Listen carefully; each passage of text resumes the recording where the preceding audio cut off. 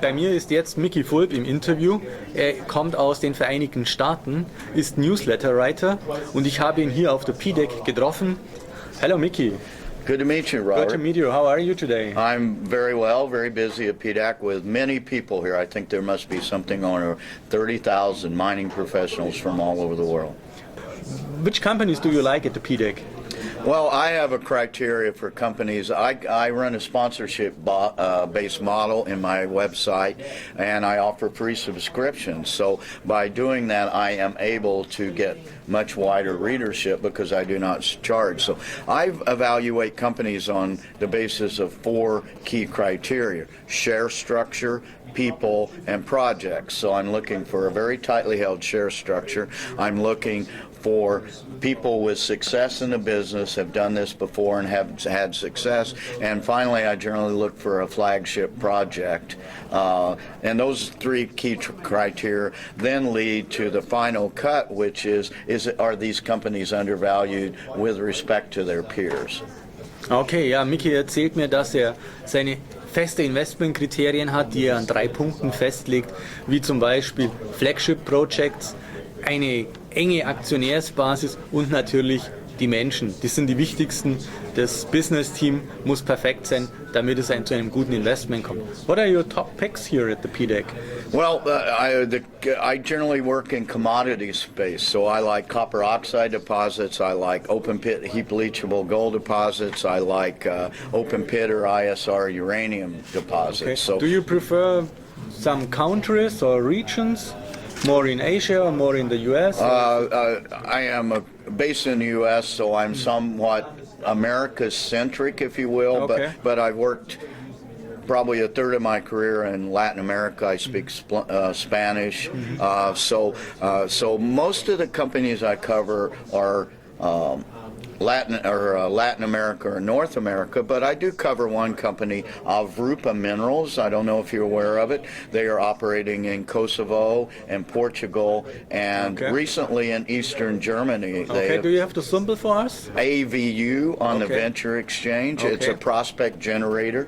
Don't know if you're familiar with the prospect generator model, a company that has particular expertise in either Eastern and Southern Europe, and they acquire a good number of projects and they try to joint venture those. So Avrupa has a joint venture in Portugal with Antofagasta Minerals. Okay, that sounds great. Yeah. So what are your hottest picks in the mineral, on a mineral basis? Is gold, silver, or uranium? Or what about rare earths?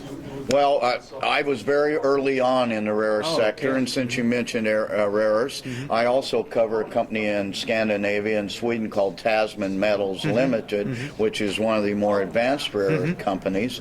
But I was very early on, but the bubble is very much, I wouldn't say it's burst in the rare earth sector, but it certainly is leaking. So we've reduced this 200-odd companies that were in rare earth space 2 to 3 years ago, and now we're down to probably somewhere between 5 and 10 that have potential to be economically viable, and one of those would be Tasman Metals Limited. Okay, what do you think, who is the next producer of rare earth metals?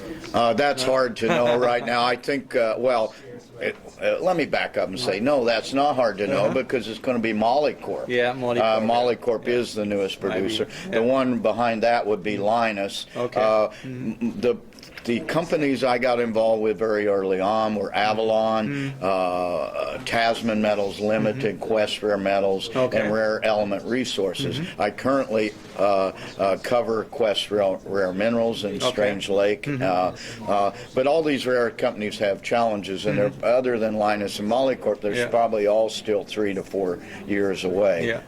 So now I've moved on to the next big thing, and that's graphite. Graphite, and there's, you probably know there's a buzz on graphite at the conference here, and there is a newly listed company called Flinders Resources. They listed last week on the Venture Exchange. FDR is the symbol. They came roaring out of the gate. They opened at $1.05. They went to $3.05. They closed yesterday at $1.65. This is a very tightly held stock that I don't think that any savvy speculator would want to chase. But I've looked at graphite for a year and a half now, and this is my choice. And it just so happens to be in central Sweden, and it is the same management team and the same group of investors that founded and moved Tasman Metals Limited from a 10-cent stock to a $6 stock in a period of not much more than a year. Okay, what do you like about graphite?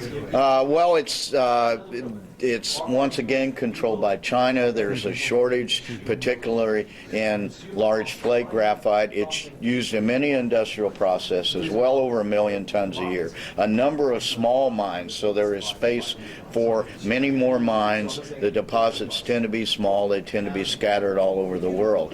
The real increase in demand is happening every year, growth in demand, but what we really have is a lithium-ion battery, which a lithium-ion battery uses 5 times the amount of graphite that it does lithium. We have a shortage of graphite, and I think this is going to be the next bubble that will be blown up in this industry. 2009 it was rare earths, 2010 it was Columbia, 2011 it was the Yukon gold play. This is the year of graphite, 2012. Okay, Mickey Fulp sagt uns, 2012 ist das Jahr von Graphit.